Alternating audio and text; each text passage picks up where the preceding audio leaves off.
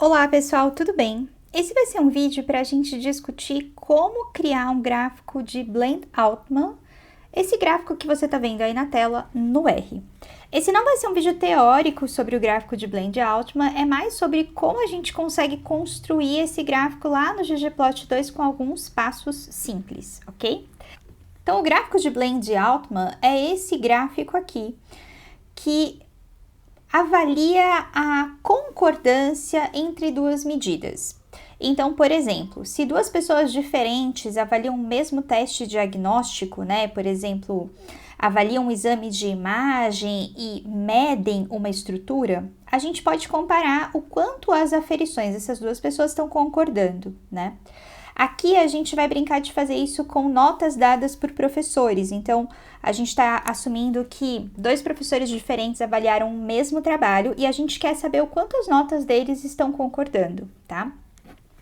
Então, aqui no gráfico de Blend-Altman, sempre no eixo Y vai aparecer a diferença entre essas medidas. Então, cada ponto aqui indica o quão diferentes essas medidas são para cada aluno, né, ou para cada exame avaliado. E aqui no eixo X, a gente sempre vai ter a média entre a medida do avaliador 1 e avaliador 2. Além de os pontinhos estarem plotados com base nisso, né, a altura deles correspondendo à diferença e o quão distantes eles estão aqui do eixo Y, correspondendo à média, além disso, esse gráfico costuma trazer as seguintes informações. Uma linha pontilhada indicando a média das diferenças, que é essa linha que está em azul aqui nesse exemplo, e outras duas linhas indicando o valor da média mais 1,96 vezes o desvio padrão para essas diferenças, e a média menos 1,96 vezes o desvio padrão para essas diferenças. A ideia é criar aqui uma espécie de intervalo de confiança para as diferenças e ver quantos pontinhos estão caindo fora desse intervalo de confiança, tá? Então, é exatamente isso que a gente vai criar no R lá no ggplot para ser bem personalizável. Então, vamos lá.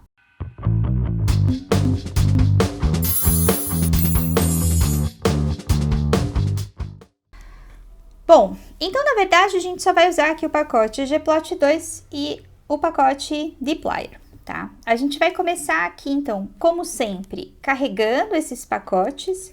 Eu tô carregando aqui usando uma função do pacote pacman, que chama p_load, que carrega os dois pacotes, caso eles já estejam instalados, e caso não estejam, primeiro instala e então carrega. É só rodar essas duas linhas. Aí a gente vai selecionar o diretório de trabalho em que está a nossa base de dados, lembrando que esse não é um vídeo para iniciantes, então se você não sabe ler sua base de dados no R, eu recomendo que você assista aos primeiros vídeos da playlist de R aqui do canal, em que eu explico isso com muito mais calma, tá bom? Então a gente vai ler a nossa base, a gente vai usar uma base de dados que chama banco de dados 7 e que ela traz trabalhos de diferentes alunos, 30 alunos, avaliados por 4 professores diferentes.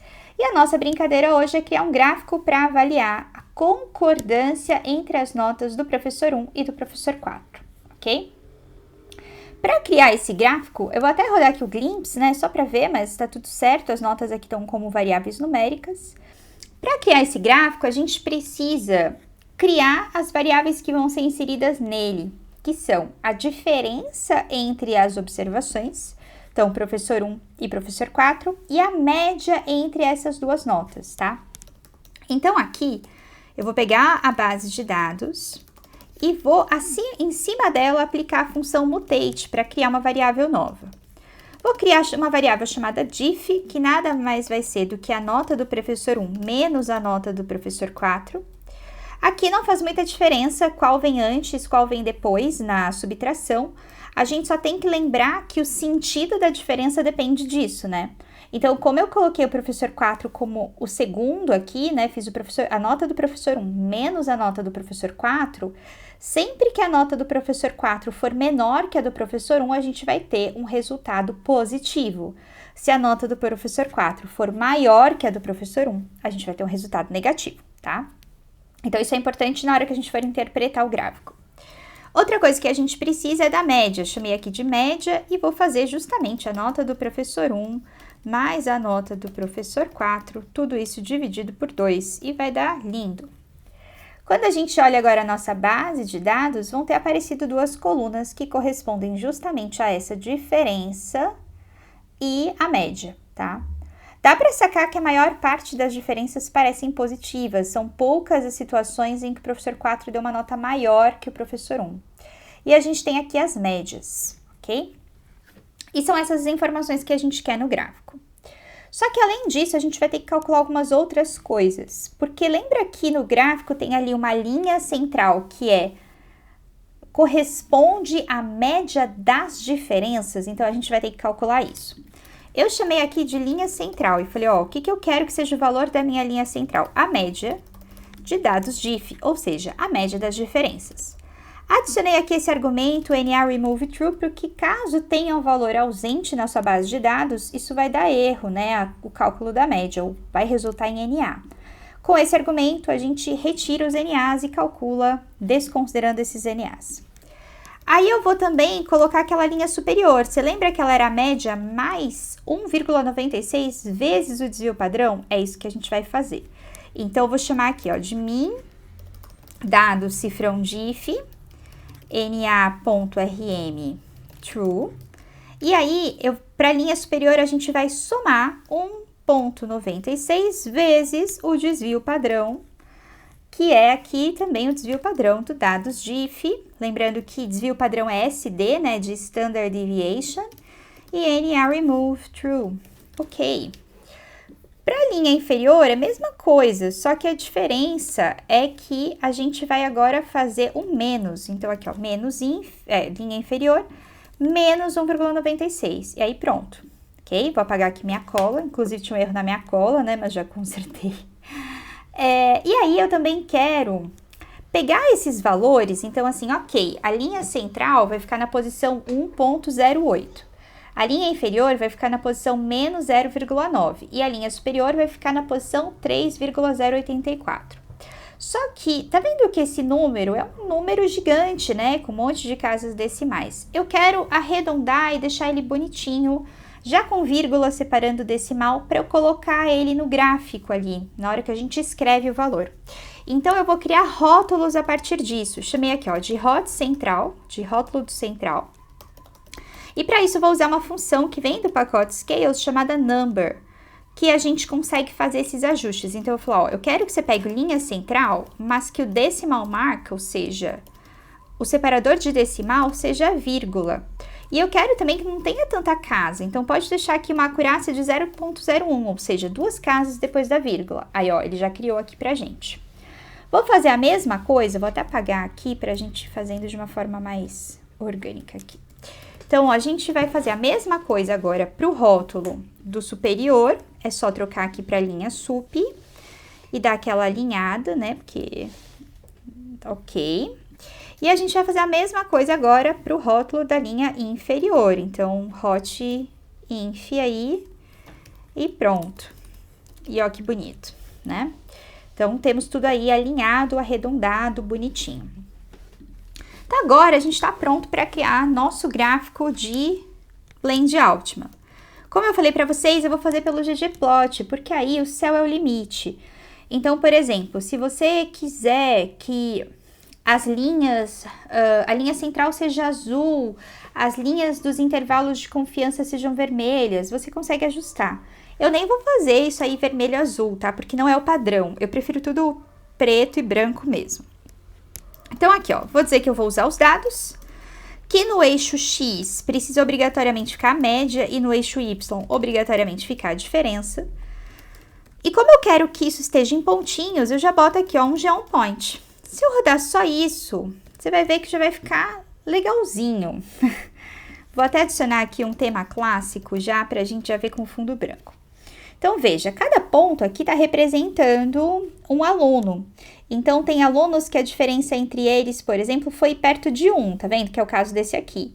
Então, esse aluno, a diferença entre eles foi perto de 1. Ou seja, o professor 4 deu uma nota quase 1 ponto menor. Teve situações, olha, que o professor 4 deu uma nota 3 pontos menor, porque tá aqui, ó, 3 positivo, né? Outra coisa, a gente consegue ver também se essa discordância entre os professores varia de acordo com o quanto de notas os alunos tiraram. Então, a galera que está mais para a esquerda do gráfico é a galera que ficou com notas mais baixas, aqui entre 2 e 4, né? Tipo, fazendo a média da nota do professor 1 com a nota do professor 4. E a galera da direita é a galera que foi melhor. Mas dá para ver que as discordâncias existem ao longo de todo o gráfico, né? Todas as escalas de notas, e que parece que a maior parte das discordâncias, ou pelo menos as mais absurdas, são aqui perto da nota 6, ok? Tá. Então, vamos lá. Vamos seguir melhorando esse gráfico para deixar ele com carinha de Blend Altman. Uma das coisas que a gente vai fazer é colocar uma linha de referência, e eu vou colocar ela antes do Geon Point para ela ficar por trás. Eu gosto de adicionar, você viu que se você reparar, no gráfico que eu te mostrei de exemplo, não tinha essa linha, mas não é um problema ela existir. A gente vai colocar aqui que essa linha, ela tem um y-intercept de 0, ou seja, eu quero uma linha no 0. E eu vou colocar aqui ela com cinza, nem muito claro, nem muito escuro, aqui um gray 50. Por que eu gosto de adicionar essa linha, apesar dela não ser obrigatória? Porque eu acho que ela nos dá um parâmetro de qual seria o ideal. Porque, veja, o ideal seria os professores não diferirem. As notas deles para o mesmo trabalho serem iguais, né? Ou muito parecidas. Então, a nossa linha de referência é o 0. É legal a gente olhar para essa linha de referência para pensar quão diferentes as coisas estão dessa referência que a gente tem, tá? Ok. Outra coisa que eu já vou fazer, que é mais simples, é mexer no título dos eixos. Então, eu vou falar aqui, ó, eu quero que o eixo Y seja diferença, e aqui eu já vou colocar assim, ó, professor 1 menos professor 4. Porque isso aqui já explica para a pessoa qual é o sentido da diferença. Então, como foi feita essa subtração. E no X, eu vou colocar aqui, ó, média entre professor 1 e professor 4. E beleza. Né? Ó, já ficou bonitinho.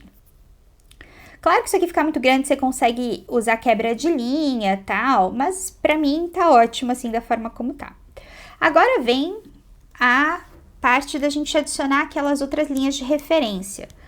Eu não vou fazer esteticamente diferente a linha central e as linhas do intervalo de confiança. Por isso eu vou criá-las todas numa camada só. Mas, se você quiser fazer diferente, você vai ter que criar em camadas separadas. Tô pensando aqui. Eu vou te mostrar de duas formas, tá bom? Vou mostrar como eu vou fazer, que seria aqui, ó, G1H-line.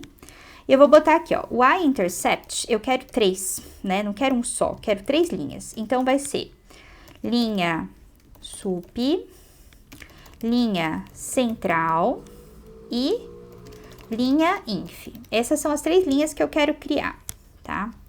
Vou dar aqui um Ctrl Enter só pra gente ver. Tá vendo que já criou? A única coisa é que eu não quero elas assim, tão sólidas, né? Eu vou colocar aqui que eu quero que meu line type seja dashed. Ou seja, quero que ele seja tracejadinho, ok? E pronto. Se eu quiser mudar a cor, eu posso. Então, eu poderia colocar aqui, ó, color blue. Só que veja que como eu defini todas na mesma camada, muda tudo, né? Aí você pode falar, Fernanda, mas eu queria que a linha central e as linhas dos intervalos de confiança fossem de cores diferentes. Aí você vai ter que separar. Tá vendo que eu copiei e colei? Vou deixar a linha central sozinha aqui em cima. E vou falar que ela é blue, para ser parecido com aquele que eu te mostrei ali. E vou deixar as linhas, a sup e a inf aqui embaixo. E vou dizer que aqui minha color é red. E aí, pronto. Tá vendo?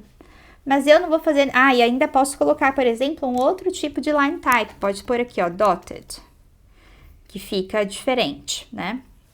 Não vou fazer nada disso, porque pra mim não faz sentido. Tipo, eu gosto das 3 linhas pretas mesmo, uma coisa básica. Se eu quero preta, nem preciso fornecer cor. Vou deixar tudo dashed e vou adicionar aqui a linha central. Ok? Então, volta aquele exemplo anterior. Beleza? Fora isso, a gente tem que adicionar aí uma anotação. Essa anotação é para colocar justamente aquilo, média, aí o valor embaixo, quanto foi a média das diferenças. Aí na linha superior, média, né, mais 1,96 desvios padrão.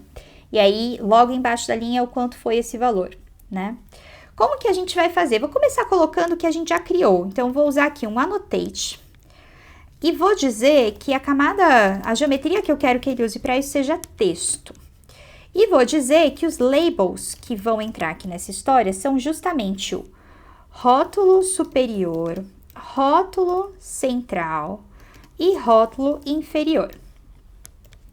As alturas que eu quero que isso apareça são as alturas que a gente já sabe, que são as alturas ali que a gente calculou, né? Então, vai ser linha sup, que é o valor numérico ali de 3,08, linha central e linha inf. Lembrando que aqui a ordem tem que estar igual, né? Se eu pus aqui superior central inf, aqui tem que estar superior central inf, senão vai dar errado, né?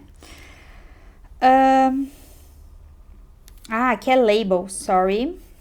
E aqui faltou uma outra coisa, que é onde eu quero que isso fique na posição X, porque aqui no Y eu controlei qual é a altura que cada rótulo vai aparecer. Ele vai aparecendo ali na linha dele, né?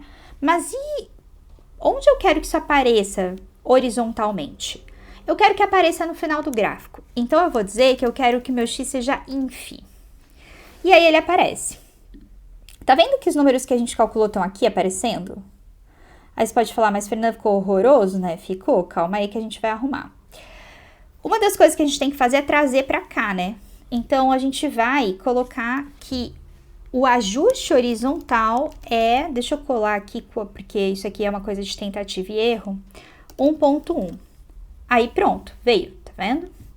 Outra coisa que eu vou ajustar aqui é que eu achei que tá muito grande, eu vou mudar esse size. Vou deixar aqui um size de, acho que eu deixei 3, né? 3.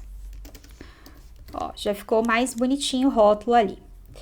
E aí, outra coisa que você pode estar incomodada é, Fernanda, beleza, né? Você queria que ficasse na linha, mas desse jeito não dá para enxergar? Não dá mesmo. O que a gente vai fazer? Vai ajustar verticalmente para esse valor ficar logo abaixo da linha. Então, com isso, a gente vai mexer aqui no VJust. E nesse caso, eu quero um VJust de 1.4. De novo, como você sabe isso, Fernanda? Testei muitas vezes. Tá bom, mas ainda eu tô com um pouco de medo do seguinte, a depender do tamanho do gráfico, o rótulo fica em cima do ponto, isso não é muito legal. Como que a gente pode ajustar isso? A gente pode ajustar isso aqui colocando um Scale X Continuous, e aqui a gente vai adicionar uma expansão, a gente vai falar assim, olha, tá vendo onde acaba esse gráfico? Expande ele 25%. Então, a gente vai colocar aqui, ó, Expand, Expansion, e vamos falar aqui, ó, multi, ou seja, para usar um fator de multiplicação, e eu vou dizer que no começo pode só expandir 5% e no resto eu quero 25% de expansão. E aí, fica de olho ali, você vai ver como vai mudar. Ó, expandiu, tá vendo? Ah, Fernanda, achei que 25% é muito. Beleza, ajusta para uma porcentagem menor, às vezes é muito mesmo. Mas não esquece que a gente vai adicionar um texto aqui em cima também, então é legal ter um espacinho bom. Já tá muito bonito, né? Eu sou uma pessoa empolgada, então já está ótimo. O que a gente vai adicionar? Uma outra camada muito parecida com essa. Vou até copiar e colar. Só que a diferença é que os labels agora não vão ser esses, vão ser o rótulo do superior vai ser menos 1,96 desvios, o rótulo do central vai ser média e o rótulo do inferior vai ser menos 1,96 desvios, tá? Só que veja que desse jeito ficou sobreposto, né? Porque a gente vai ter que fazer um novo ajuste aqui vertical para ficar para cima. Eu acho que aqui é menos 0,5 que deu certo. Eu acho que é mesmo, né? Ou menos 0,6, deixa eu ver. Acho que menos 0,5 tá bom, né? Então, agora, ó, que coisa linda. Eu sou uma pessoa empolgada, né? Mas olha, ficou bem bonitinho aqui. Ah, peraí. Aqui não é menos, né? Esse aqui é mais. Ficou bem bonitinho. Já tá, acho que não tem mais nada aqui pra gente mexer mesmo. Tô até olhando minha cola, mas já tá ótimo. E aí você pode salvar. A gente pode usar aqui um GG Save, que vai salvar o último gráfico rodado, portanto, que tá aparecendo aqui na nossa direita. E vou salvar aqui como blend.png. A gente ajusta aqui também largura e altura, como eu já contei para vocês outras vezes. Isso aqui para mim é muito tentativa e erro. tentar ali a altura, a largura e ver se deu certo. E a gente consegue aqui também controlar o DPI para ficar com uma qualidade maior. Quanto maior o valor de DPI, maior a resolução da imagem. Então, a gente pode olhar lá na pasta que tá isso. Tá abrindo aqui a pasta Blend Altman, a gente vê aqui que ficou bonitinho. Ah, acho que eu deixaria um pouquinho mais largo, né? Mas enfim, já ficou bom, né? Mexeria aqui no width tipo 5, vai. Aí agora, ó, perfeito, sucesso. Publicável em qualquer artigo do mundo. Ok, gente? Então, eu espero que vocês tenham gostado, que tenha feito sentido para você. A gente não vai fazer a discussão teórica mesmo, mas se quiser me escreve, eu considero gravar um vídeo mais teórico sobre Blend Altman, se tiver realmente essa demanda. Eu espero que agora você consiga construir esses gráficos de forma bem bonita e com alta qualidade no R. Se foi útil para você, me conta aí nos comentários. Como sempre, se você curtiu o vídeo, por favor, dê like no vídeo, se inscreva no canal, ative a notificação para saber quando eu publico vídeos novos.